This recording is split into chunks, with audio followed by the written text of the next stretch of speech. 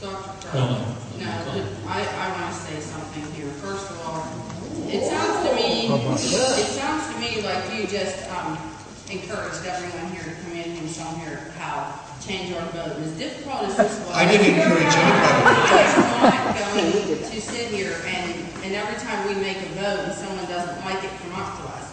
You know, we were put in this position. We didn't move these kids. The majority of this board did not move these kids. It was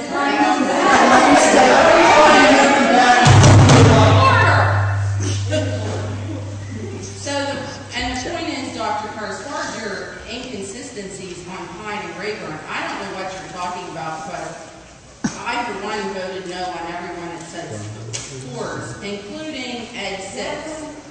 I voted no on Ed 6, the sports ones only, just as I did on every other one that had sports.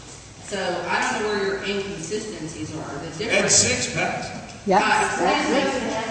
Ed 6 passed because not all the directors, and apparently, Mr. Rearick, I thought you understood how voting works, but not all the directors voted no against sports. That's where the difference was. I mean, I know for a fact that weren't you sitting here when Ms. Yasmin asked Mr. Matta about Section 5 on Policy 252? You know, that's not sports. So that's why the Alberton one did not pass. Ed 6 passed because it did not pertain to Section 5 of Policy 252. So that is not an inconsistency. I voted no on the sports on Ed 6. Pull the minutes and look at it. I voted no on every one of them that had sports. Only the names that had sports. I didn't say them by name. I just said any that said sports. And so there was no inconsistency. Well, can I just clarify one point? When I mentioned Pine or Rayburn, the example which you have in your folder I sent to you today from a parent, where students were transferred from Rayburn into Katanning for this school year. They were approved, and they did play sports this year. They chose not to go on a transfer to West Shamokin. They went to Katanning. And the inconsistency based on the parents' letter is that they feel that the student should be able to play sports. That it's unfair. They've already been there. The attendance lines were changed. And where we approved Plum Creek to remain part of Elberton Elementary's attendance area, we then did not approve half of Rayburn and Pine to remain part of Katanning attendance area. So their parents see that as an inconsistency, and we're just trying to manage it logically as best as we can. But every day we're getting the calls, and we have to have some direction from the board. Well, we should have done what we've done in the past and approved them the first time around.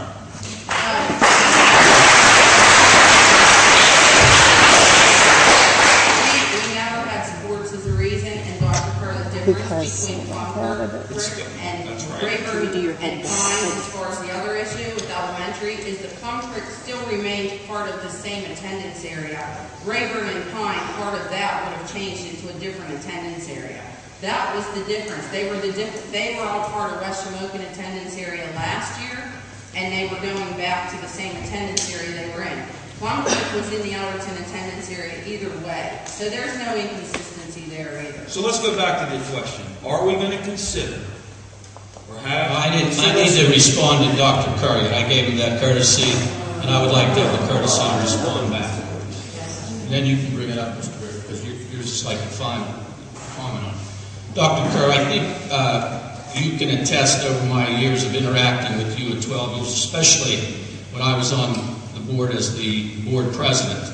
As far as matters of scheduling meetings, I always check with Mrs. Shirley and you to check with other board members to make sure that they were available. On every issue, I've never tried to insist that any of my ideas be taken for as input from one person. As a matter of fact, the morning of the question, I went up there to see Mrs. Shirley in her office adjacent to yours for a discussion on my name being listed on a document improperly.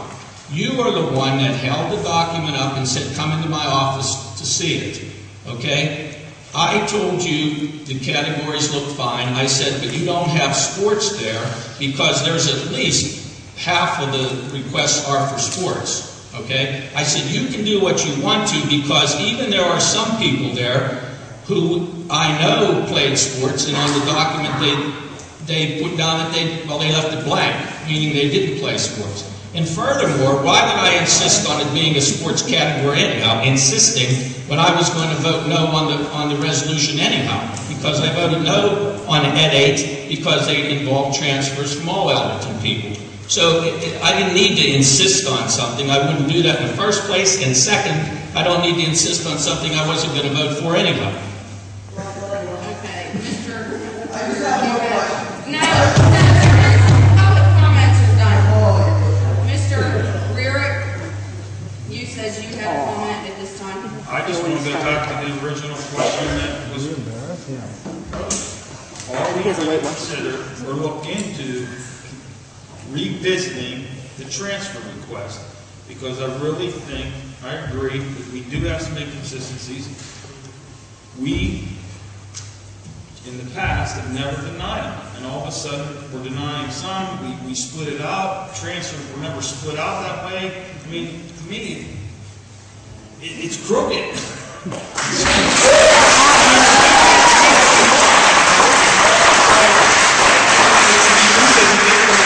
All the transfers together, not split them up, and vote on them as a group.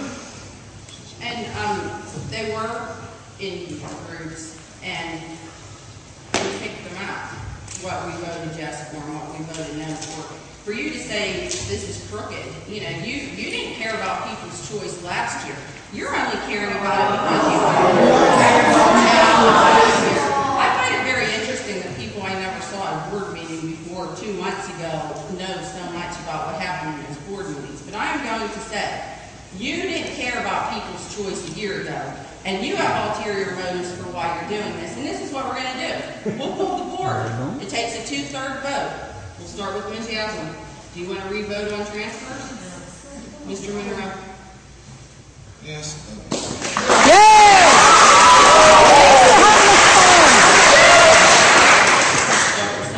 No. Mr. Smeltzer? He's not here. He left. Where'd he go? Walks out. Got tired. Mr. Choncek? Yes. No. And I say no, so what's that, 5-4? And what do we need? So we need 4 votes. We need six affirmative votes. Okay, talking's over. Well, I'd just like to make one final comment on this, but I think you really have to you know, those of you that don't want to grant these requests because of this policy that you've suddenly become wrapped around and don't want to go against this policy. First of all, I don't know if everybody has seen the transfer request form and how it's stated in the lines. The first question is the reason for the transfer request. Okay, simply stated. The second question is, does your child play sports for his or her school? Well, naturally, it says if yes, please list. You do it automatically, you put it in.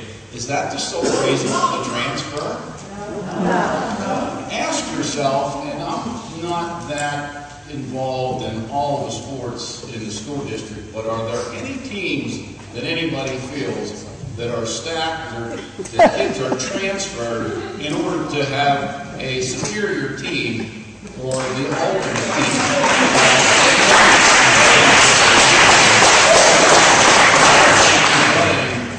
Stellar teams year after year, that it's the initiative for everybody to transfer to that district, that a parent goes totally out of their way to get that child to that building to play a particular sport.